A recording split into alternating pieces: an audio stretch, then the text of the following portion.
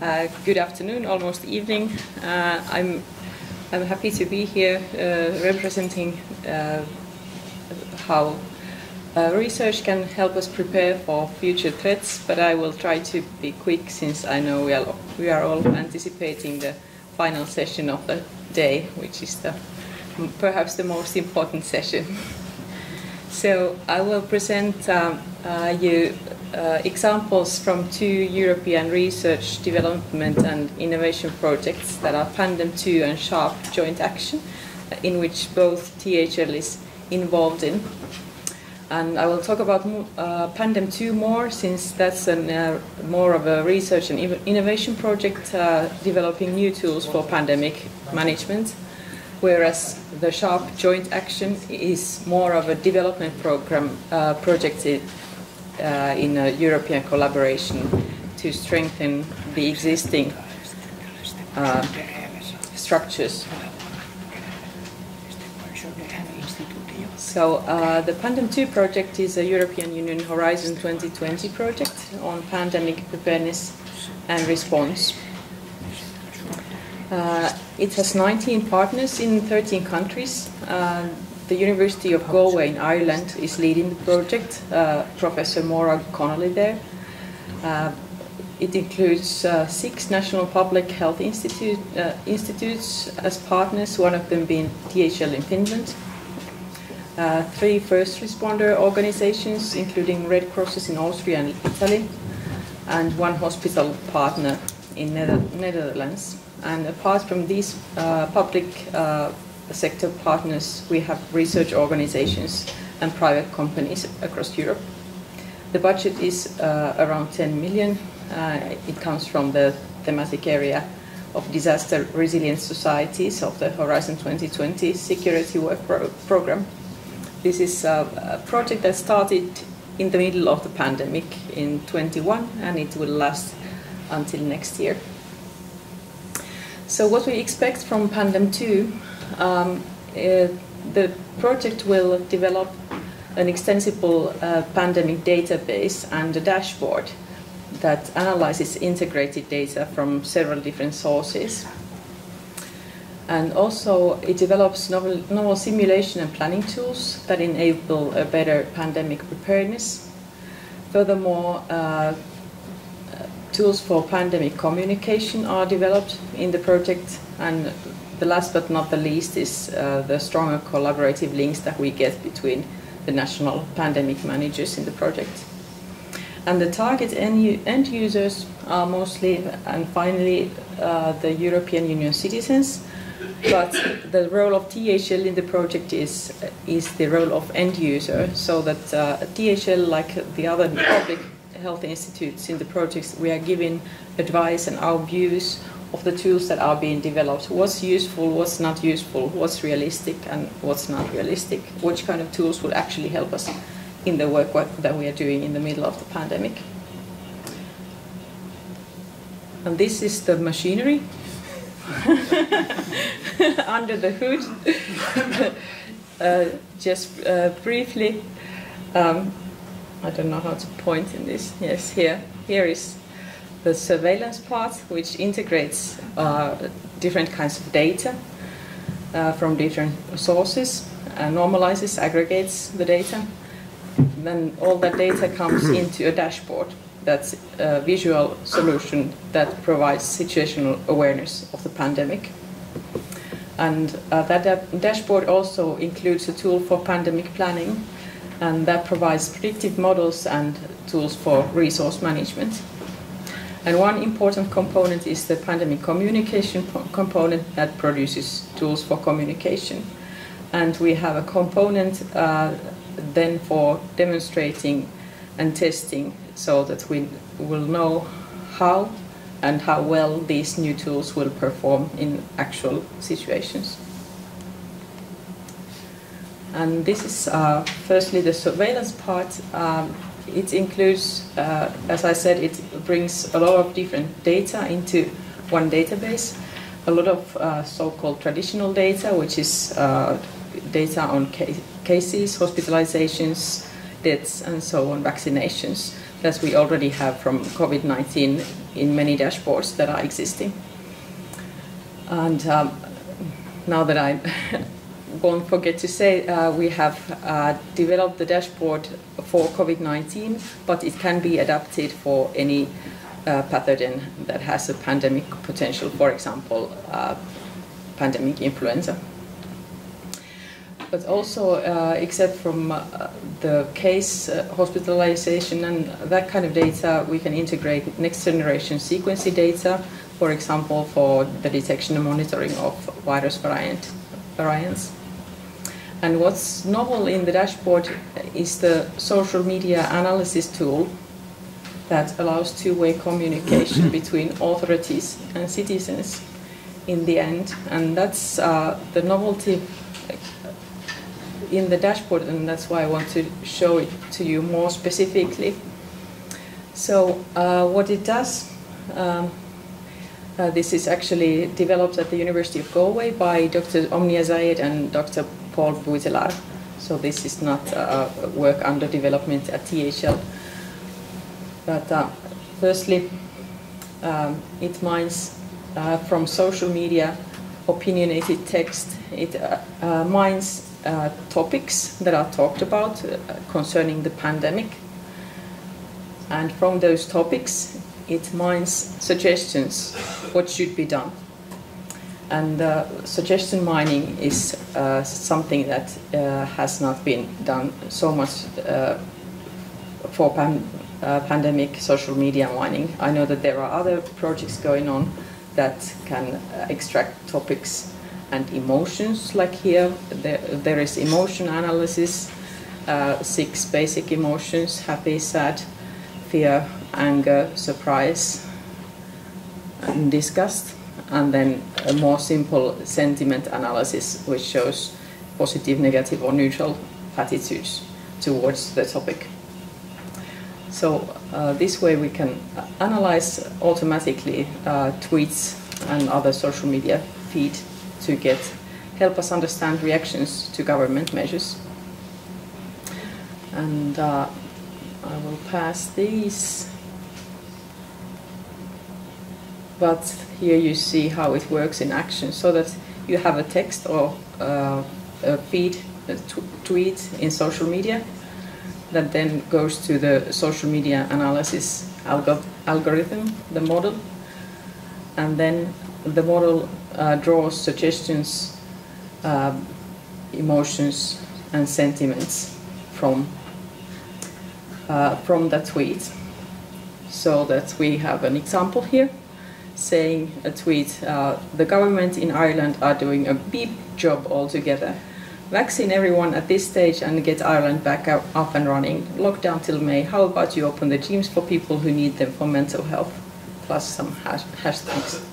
And then what the algorithm does, it gives the tweet a unique ID, and then it answers the question if there is a suggestion included.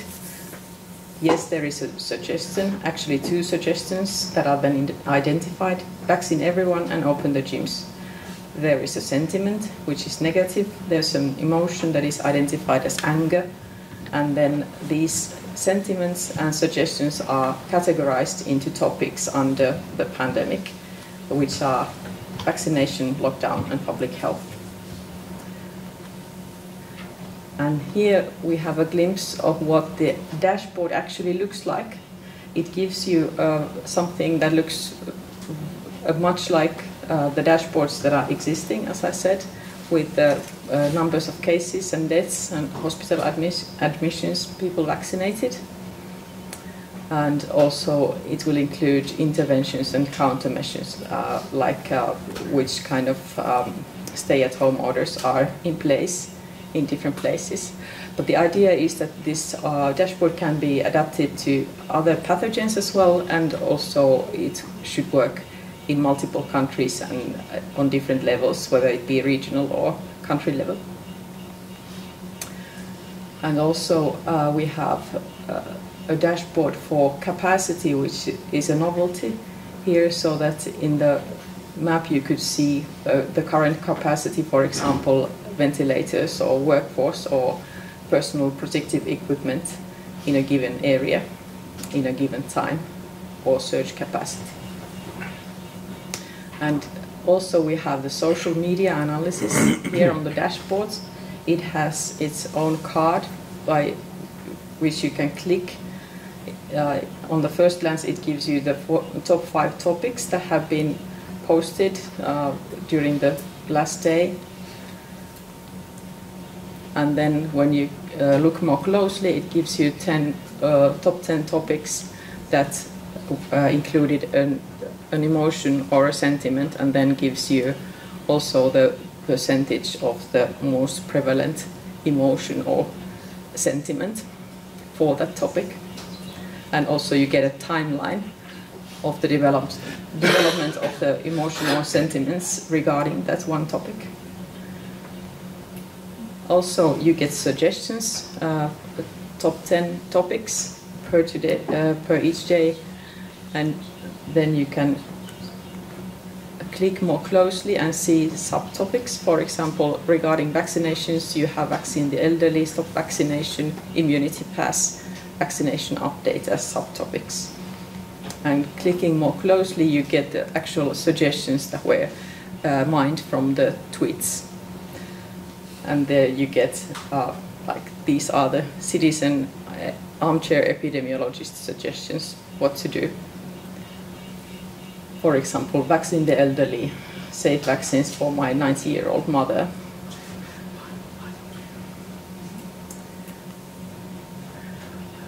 And also the dashboard includes modeling parts, which provides an integrated library of disease transmission models that enable to model the progression of an outbreak in different locations and different conditions. Also, a novelty here is a resource planning system. That's a simulation tool that helps you identify the most critical resources, so that when a new pandemic hits, then are you first running out of ventilators, personal protective equipment, ambulances, or maybe gasoline for the ambulances.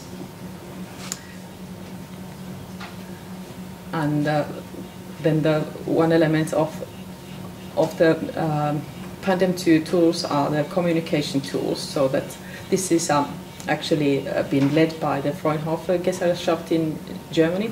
And what they have done is that they first created a knowledge basis on pandemic communication issues, or the most focal issues regarding pandemic communication. First is how to establish trust between authorities and citizens, how to tackle disinformation, misinformation, and also how the lessons from marketing and public relations can be used in pandemic communication of public authorities.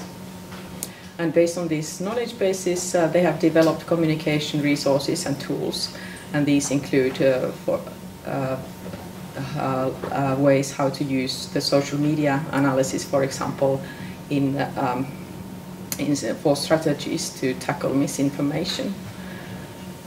And also media training has been one part of the communication tool package.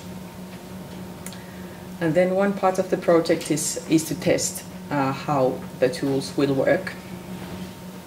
So that 3 scenarios have been created, one for novel influenza pandemic, one for Ebola, and one for disease X, that is a coronavirus with high transmissibility and high morbidity, and how in these situations the Pandem2 dashboard and other tools could be used. And all the time the project is working with the international and national stakeholder partners to determine what could be the implementation of the outputs of the project. The Finnish way is to end with challenges. For Pandem2, the one major challenge has been the data availability, because even after the say explosion of open data for COVID-19 during the pandemic, we still are lacking perhaps most critical data regarding resources and hospital capacity, for example. Even in Finland, we still don't have any numbers or limits what the hospitals can deal with or what they cannot. We have seen that resources are flexible, hospitals are flexible, and so on. So these are moving targets, and therefore they are really difficult to determine. And also different countries provide data in different resolutions in time and space, and are able to, for example, give patient characteristics in hospital patients or then just numbers of patients. But anyway, until here, the dashboard prototype has been filled with partly simulated data, and it has been now proved as a concept that that kind of wide dashboard can be developed, and it works. And that's all for Pandem 2. And now just a quick glimpse to another EU project where THL is actually the coordinator. This is the SHARP joint action, which is a European Union joint action to strengthen preparedness in the European Union against serious cross-border threats to health and to support the implementation of international health regulations. This project is co-funded by the European Union Health Programme and also by the Partners' Own Contributions.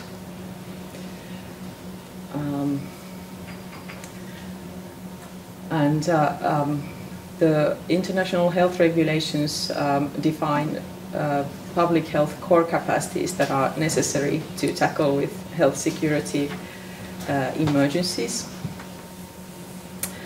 And there are 19 technical areas, and as you can see, there are many other joint actions going on in Europe that are tackling single technical areas like antimicrobial resistance or immunization. But all these that are in the red boxes, they are areas that are covered by SHARP joint action, so this is a really wide scope project. We have partners in 30 countries, altogether 71 participant organizations. The total cost is also 10 million as in Pandem 2, and this project has started just before the pandemic, and it will also go until next year. And here is just the management structure, so you can see how it looks like. So Finland, which means THL, is coordinating the whole thing.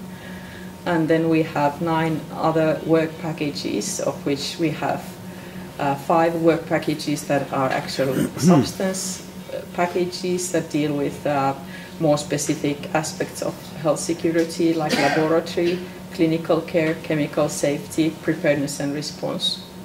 And then we have overarching work packages that then make sure that the results of the projects are disseminated, evaluated, and also that they will be sustainable after the project will end, and they will somehow be incorporated in national and international policies for health security. And actually the Ministry of Health in France is leading the sustainability part in the project. And the cross-cutting area is the training and exercises, since the idea is to identify the weaknesses that countries have in health security and then try to strengthen them with the expertise and best practices shared by those countries where these things are stronger. But my involvement in these projects is quite limited. You will have more information from the website of the project or the coordination team. The heart of the project, Anna Katsa-Moutikarunen at THL, and I must mention also Mika Salminen, who was elemental in the initiation of this project, but then unfortunately had to be in front of the TV cameras for 2 years. Actually, most of the partners had to do that too, so yes. It did not go very well. Yes. For 2 years. This is where I'm coming to. So the challenges which will end this presentation, since for both projects the timing was bad, since one started right before the pandemic and the second one in the middle of it. So it's terribly difficult to prepare or enhance preparedness or response in the middle of an acute crisis. And all the experts in public health institutes were in hands full with COVID-19. But so therefore, the focus of this project switched very much to the lessons learned from the current pandemic. But I think that now that we are able to incorporate the key lessons from the pandemic into these projects, the results of these and also similar projects will be, the results will be even more valuable for future pandemics. That's all. Thank you very much for listening.